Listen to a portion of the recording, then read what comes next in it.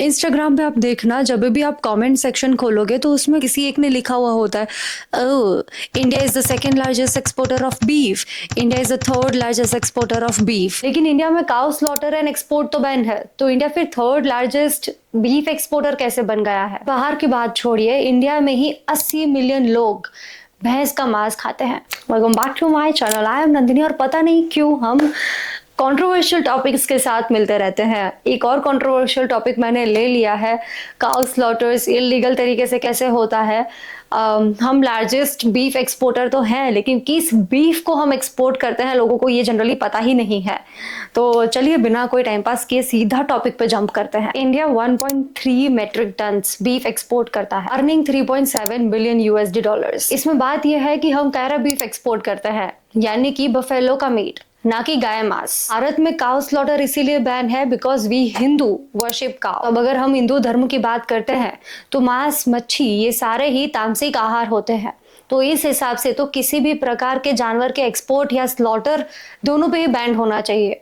अगर फिर भी हो रहा है तो क्या नीड है? इंडिया कैरा बीफ एक्सपोर्ट करना बंद कर दे तो हमें 3 से 4 बिलियन यूएसडी डॉलर का लॉस होगा एनुअली। हमारे सोशल, इकोनॉमिक, ग्लोबल तीनों ही ट्रेड हिल जाएंगे। वियतनाम, इजिप्ट, मलेशिया, फिलीपींस, ये सारे ही कंट्रीज इंडियन बीफ इंपोर्ट करते हैं। और अगर इंडिया कैरा बीफ एक्सपोर्ट करना बंद कर दे तो कॉम्पिटिटर्स जैसे कि ब्राजील, यूएस, ऑस्ट्रेलिया, ये सारे मिलकर इंडियन मार्केट को ऑक्यूपाई कर लेंगे, जिसमें भारत को मार्केट शेयर में बहुत बड़ा लॉस होगा। और आपको क्या लगता है, लीगल ट्रेड अगर हम बंद कर देंगे तो इलीगल तरीके से ट्रेड नहीं बढ़ेगा? महाराष्ट्र, यूपी, आंध्र प्रदेश, इन सब स्टेट्स में तो बहुत बड़ा इंपैक्ट आएगा। Buffalo farmers, cow slaughters, storage, cold storage, transport, सभी सेक्टर्स में बहुत बड़ा लॉस होगा। और कैरा बीफ से आया हुआ पैसा सीधा ही इंडिया फॉरेन एक्सचेंज रिजर्व में ऐड हो जाता है, जो इंडिया की स्टेबिलिटी के लिए बहुत ज्यादा जरूरी है। अब सवाल ये है कि किस प्रकार के बफेलो स्लॉटर्स होते हैं और एक दिन में कितने? बफेलो मीट प्रोडक्शन के लिए अलग से बफेलो ब्रीड किए जाते हैं। इनमें दूध देने की क्षमता बहुत कम होती है और इंडिया में हर रोज लगभग 1.5 लाख बफेलो स्लॉटर किए जाते हैं। मतलब एनुअली हम अगर देखें तो एक साल में 3 करोड़। मेनली यूपी, महाराष्ट्र, आंध्र प्रदेश और पंजाब में ये काम होता है। डेटा भी ये कहता है कि यूपी अकेला 43% वर्ल्ड बफेलो मीट में कंट्रीब्यूट करता है। महाराष्ट्र के भी औरंगाबाद और मालेगांव में बहुत बड़े स्लॉटर हाउसेस हैं। गांव के फार्मर्स से ये लोग ऐसी बफेलोस खरीदते हैं जो ऑलमोस्ट ड्राई हो चुकी हुई होती है, जो रिप्रोड्यूस नहीं कर पाती है या फिर दूध बहुत कम देती है। अब बोलोगे कि भारत में काऊ का स्लॉटर एंड एक्सपोर्ट प्रोहिबिटेड है, तो इलीगल तरीके से एक्सपोर्ट कैसे होगा?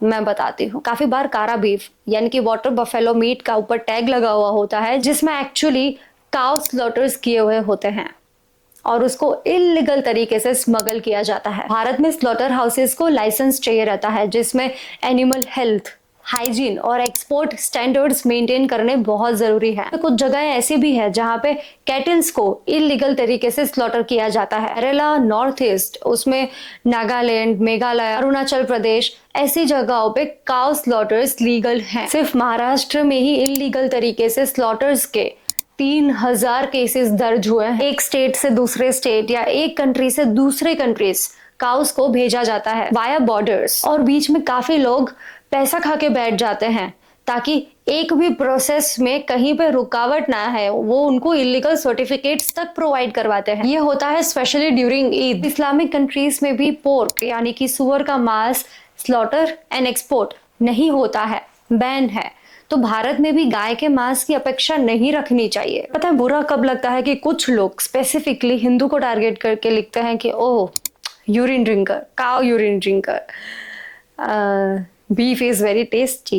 Dude, have some ethics. In fact America में भी पार्शियली हॉर्स के स्लॉटर्स पे बैन लगा गया है due to ethical concerns and public pressure. और मेरे हिसाब से गाय का मांस जहाँ पे अभी लीगल है वहां पे भी बैन हो जाना चाहिए, जैसे कि केरला एंड नॉर्थ ईस्ट।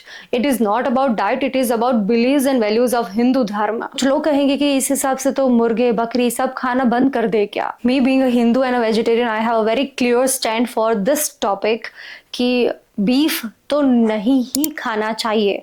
अब बंगाल के लोग मच्छी बहुत खाते हैं क्योंकि वो उनका जियोग्राफी वैसा है, but beef no, clearly no, नहीं होना चाहिए और पूरे भारत में नहीं होना चाहिए। India is a secular country, ये तो कहने मत ही आना, क्योंकि जिस हिसाब के लोग उस हिसाब के रूल्स बनते हैं। दूसरी साइड ये भी सच है कि इंडिया वाटर बफेलो मीट का सबसे बड़ा एक्सपोर्टर है। आपके मोरल वैल्यूज क्या कहते हैं? Do let me know in the comments. हम ऐसे ही और इम्पोर्टेंट टॉपिक्स के साथ मिलते रहेंगे। आप मुझे बताइए, भैंस का मांस स्लॉटर और एक्सपोर्ट होना चाहिए कि नहीं होना चाहिए, और नहीं होगा तो उसका क्या नुकसान है वो तो मैंने आपको बता ही दिया। 3 से 4 बिलियन यूएसडी डॉलर्स हर साल का लॉस होगा। एनीवेज, हम ऐसे ही और इम्पोर्टेंट टॉपिक्स के साथ मिलते रहेंगे। तब तक के लिए बाय।